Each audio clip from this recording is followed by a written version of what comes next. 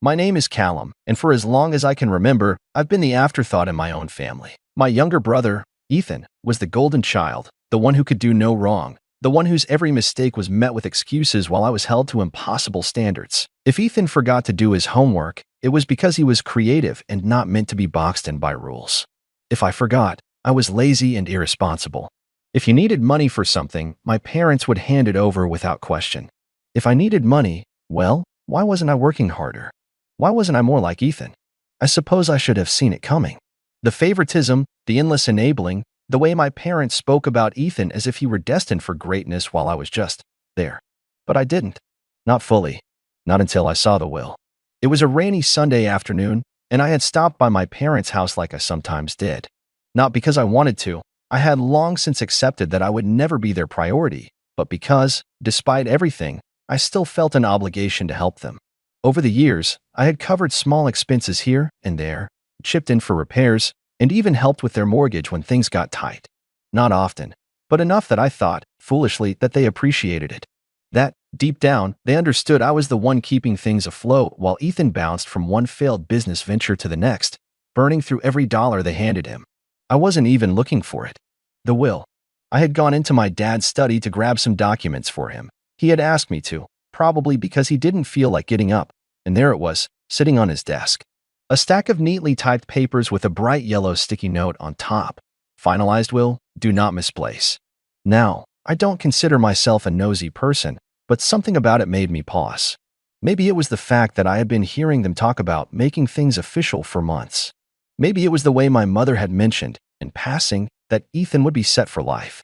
Or maybe, deep down, I just knew. I flipped through the pages, skimming until I found what I was looking for.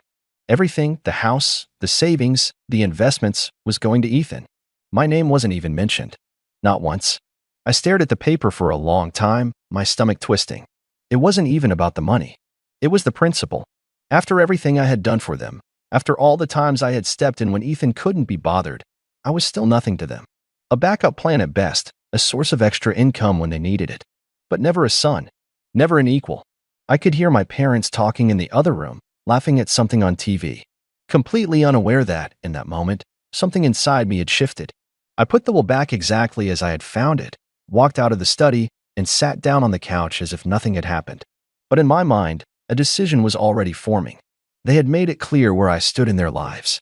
Now, it was time for me to act accordingly.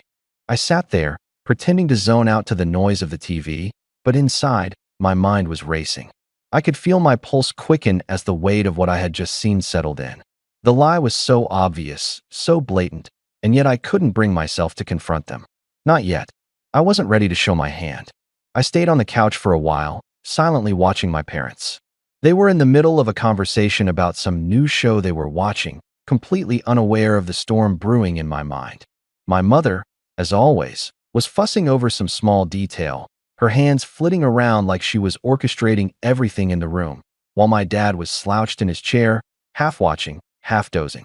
It was so typical, so painfully normal. But everything had changed. Finally, I cleared my throat. Hey, I was, just curious about something, I said, my voice sounding a little too casual even to my own ears. I had to play this cool. I couldn't let them sense anything. Both of them glanced over at me, as if they hadn't expected me to say anything. I could tell they were surprised I'd even spoken up. Maybe they thought I was just some background noise in their lives. What is it, Callum? My mom's tone was distracted, like I was interrupting her mental checklist for the week. I feigned nonchalance, leaning back a bit on the couch, trying to make it seem like the question didn't matter. I was just wondering, about the will. I'm pretty sure I overheard you two talking about it. My dad raised an eyebrow. What about the will? He sounded defensive, but then he quickly masked it with a lazy shrug. It's all set up. Everything's going to Ethan and you. Don't worry, son. He waved it off like it was no big deal. My mother, sensing that my dad was getting a little too flustered, jumped in. Oh, don't listen to your father. It's all equal, 50-50 between you and Ethan. She smiled at me, though I could see the slight tension in her face. We wanted to make sure everything's fair. We've been talking about it for months now. 50-50. Equal. The words hung in the air like a sickeningly sweet lie. My stomach twisted again, but I kept my face blank. Right?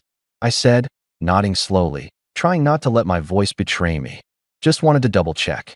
Ethan had never been good with money. Everyone knew that, but my parents had always made excuses for him. It's just that Ethan is going through a rough patch, my dad would say. Or, Ethan's been trying to start his own business, and it hasn't taken off yet. He'll get it together, though. Meanwhile, I was the one who'd helped pay for their mortgage when they couldn't keep up, the one who'd picked up the slack when Ethan's business ventures went south. And now, here I was, watching them lie straight to my face. But I didn't call them out. Not yet. I wasn't going to let them know how much it hurt, how deeply the betrayal cut. No, I'd play along. Let them believe they could fool me. I wasn't ready to show my cards. Not until I had a plan. Good to know, I said, flashing a tight smile. I'll just, get going then. Things to do. I stood up from the couch and turned toward the door. Before I could leave, my mom called after me. Oh, Callum, just so you know, Ethan might need you to help with the bills a little more this month. He's really been struggling. I froze at the door, my hand on the handle, a bitter laugh bubbling up in my throat. Ethan struggling? That was rich. I turned around slowly, my eyes narrowing, but I didn't say a word. I just nodded. Of course. I'll talk to him later. And with that, I left. I had to get out of there before I said something I might regret. But I wasn't done. No, not by a long shot. This was far from over. As soon as I got home, I pulled out my phone, sat down, and stared at the screen. I could feel the anger building inside me, but I wasn't going to waste it. No, I needed to be patient. I needed to wait. And when the time was right, they'd see what it felt like to be left out. I just had to be careful, because this was going to get ugly. The next few days felt like a waiting game, but the more I thought about it, the more I realized just how far I'd been pushed. They thought they could use me, treat me like a safety net, all while pretending to care.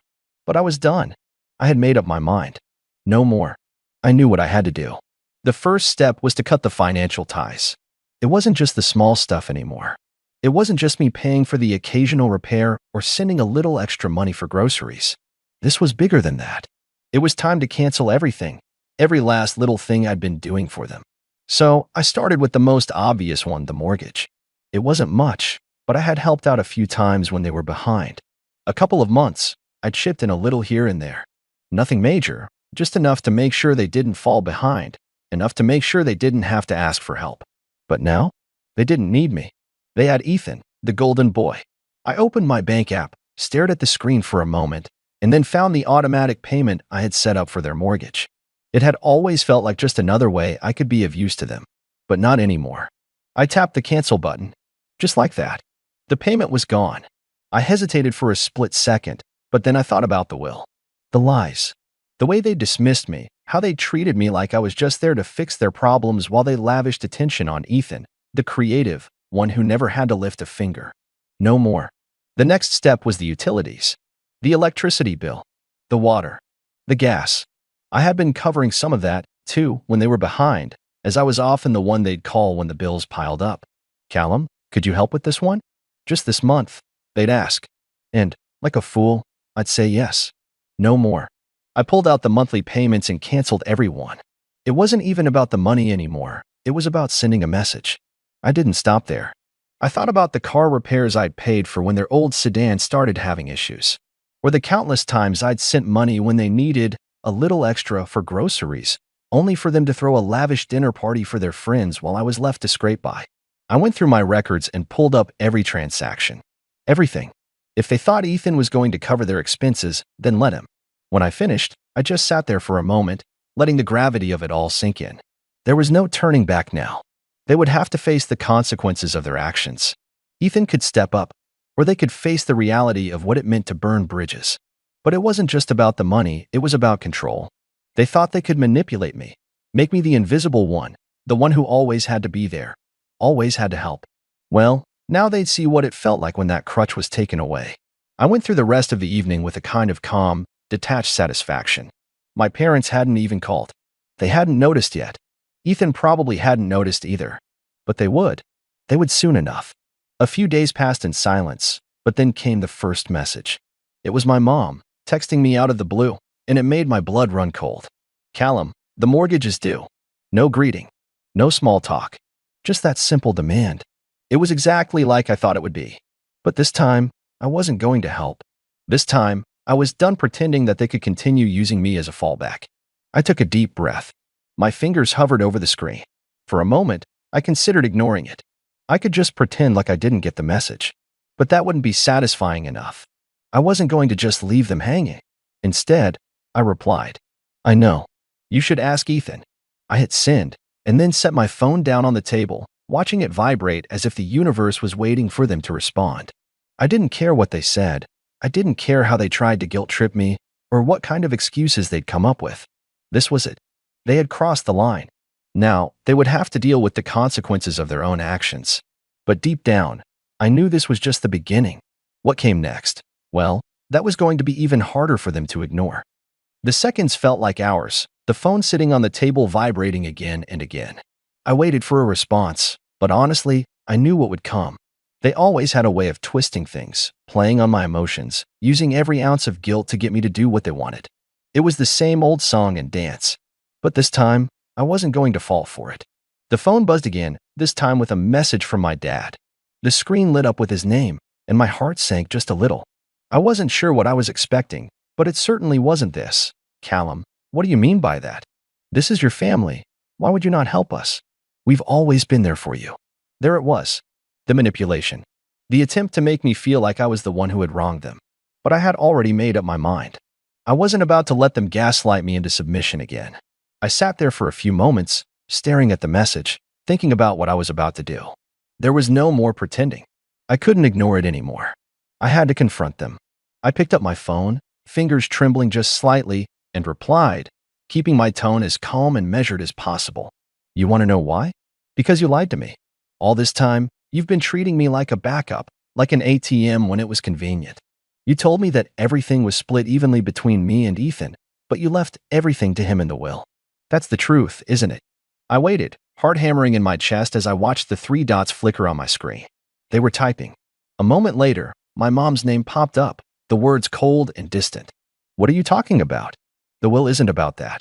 It's not like that at all. We've always made sure things are fair between you two. I let out a quiet laugh, shaking my head, but I didn't want to give them the satisfaction of seeing my frustration. I typed back calmly, I found it, Mom. The will. I read it. You left everything to Ethan. The reply came almost instantly, and I could feel the desperation in her words, even through the screen. That's not true, Callum. It's not what you think. You're making assumptions, and you're overreacting. We told you both that we wanted to make sure everything was taken care of. Ethan's been struggling, and we thought it would be better for him to have it. My jaw tightened. Struggling? Ethan was a grown man. He wasn't a child. I had watched him throw away opportunity after opportunity, and yet they always coddled him. I wasn't going to let them continue to insult my intelligence. You've always made excuses for him. You've always covered for him when he messed up, but when it comes to me, I'm just the one who helps pay the bills. I get it now. I don't mean as much to you. So if I don't, then fine. I'm done. I want nothing to do with this anymore. There was a long pause. For a moment, I thought they might finally realize that I wasn't playing their game anymore. But no. The next message from my dad proved I was far from the truth. Callum, you're being unreasonable. You know we love you. You always have a place here. You're a son, too. We didn't mean to make you feel like you're not important. It's just, Ethan needs more help right now. He's always been the one who struggles, and he's been working so hard to turn things around. I could feel my anger starting to boil over, but I forced myself to breathe slowly, taking a moment to collect my thoughts. I wasn't going to get dragged into their web of lies. I had seen through them, and now I was going to make sure they knew exactly why I was done. You really think I don't see through this? You think I didn't notice how Ethan never had to do anything? How I was always the one you came to when you needed something fixed? But when it came down to it, I was just the one who paid. The backup. My mom responded next, but her words had the same hollow tone. It was like she thought if she just kept repeating her excuses, I would eventually give in. You're making this all about money. It's not like that. The will was just a formality, Callum. It was just a decision we had to make. We didn't want to leave him with nothing. It's not like you don't have your own life. I could feel my blood boiling, but I stayed firm, keeping my tone steady. Don't act like this is some noble gesture. You didn't do this because you care. You did this because you think Ethan's entitled to everything while I'm just the one who takes care of the messes you make. You've been treating me like a backup plan for years. Well, I'm done. There was no response at first. I could hear the silence on the other end of the phone, like they were trying to come up with a new lie, a new excuse to pull me back in. But I wasn't going to fall for it. Finally, my dad texted again. "Callum, please. This is all a misunderstanding. You're our son. We didn't mean for it to be like this. We don't want to lose you." But it was too late for that. The truth had come out, and now there was no going back. I wasn't just going to be their safety net anymore. I wasn't going to pretend everything was fine while they built their lives around favoritism and lies. You already did. And I'm done. I hit send and stared at the screen, letting the weight of it all settle in. There was no coming back from this. And frankly, I didn't care. The days after I cut off all communication with them felt oddly calm. It was like a weight had been lifted off my shoulders, though I knew the storm wasn't over. I had to force myself not to think too much about it, not to wonder if they would come crawling back or try to guilt-trip me into helping again. For the first time in years, I was free from their manipulation. But then reality hit them hard. It started with a phone call from my mom. I ignored it. Then another. And another. Finally, after a week of no contact, I figured they were probably just getting desperate. I'd been getting the occasional text from my dad asking me to pick up the slack with bills, or some nonsense about how they were still family and needed my help. I didn't respond to any of it. They had made their choice, and I had made mine. I started to hear from people around town about how my parents and Ethan were handling things. Word gets around fast in a small town. Apparently, my dad had tried to apply for a second mortgage, but the bank turned them down, saying their debt-to-income ratio was too high. With no backup plan, and no steady stream of money coming in from me, my parents had no choice but to rely on Ethan, the golden child. It didn't take long for them to come crawling to him. Ethan, of course, didn't take responsibility for anything. He had always been good at taking the easy way out. I overheard from a neighbor that my parents had begged Ethan to help with the mortgage, claiming they couldn't keep the house without him. They said he needed to step up. I imagined how that conversation went. My parents, desperate, trying to appeal to his ego, asking him to come through when they needed him most. But Ethan, true to form, had a million excuses for why he couldn't help. I wasn't surprised. He was never the type to deal with consequences. I had always been the one to pick up the slack, the one to face the mess they created. One evening, I decided to check in on the situation. I wasn't sure if I was curious about what was happening or just wanted to see how they were handling the fallout. I called my parents' house, my thumb hovering over the screen. Would they still act like everything was fine? Or would they finally acknowledge the situation they created? My mom answered after 2 rings. There was a noticeable coldness in her voice. "Callum, what's going on?" she asked, as though everything was still normal, as though I hadn't just pulled away from them completely. I stayed calm, though I could feel a certain satisfaction building inside me. Nothing much. Just wanted to know how things were going. There was a long pause on the other end. I could practically hear her trying to figure out how to spin the truth in a way that wouldn't make them look bad. "Well, he's been helping us out with some things, you know. He's been really busy, but he's been pitching in where he can." She was dodging the question. I could tell she wasn't being honest. Ethan wasn't helping them, at least not in the way they had hoped. He was probably doing the bare minimum, just enough to make it look like he cared. I replied, keeping my voice level. But isn't it a bit too much to expect him to cover everything, especially after all these years? Silence. Then, my dad's voice came through, rough and frustrated. "Callum, we didn't want it to be like this. We never meant to hurt you. We just thought you'd understand Ethan's in a tough spot.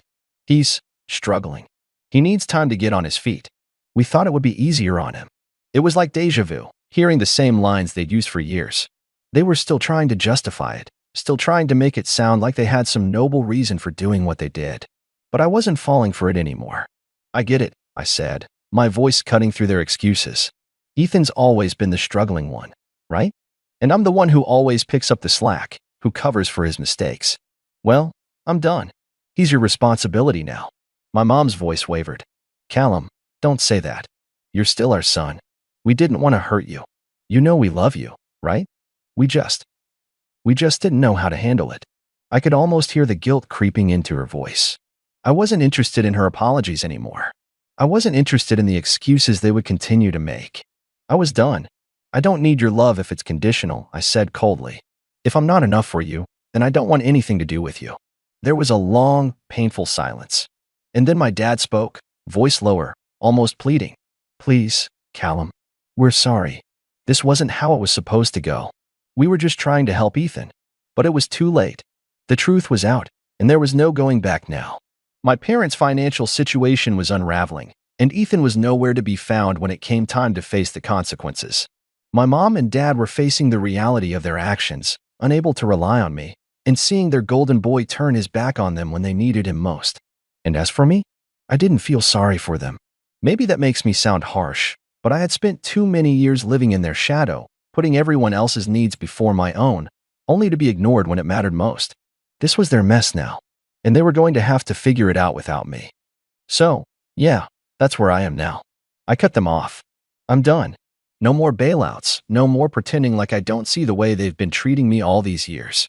It was hard at first, but honestly, it feels like a weight has been lifted off my chest. I don't need to be anyone's safety net anymore, especially when they couldn't even be honest with me. But now I want to hear from you. What would you have done in my shoes? Do you think I was too harsh? Or did I have every right to finally stand up for myself? Let me know what you think in the comments. I'm genuinely curious to hear your thoughts on this one.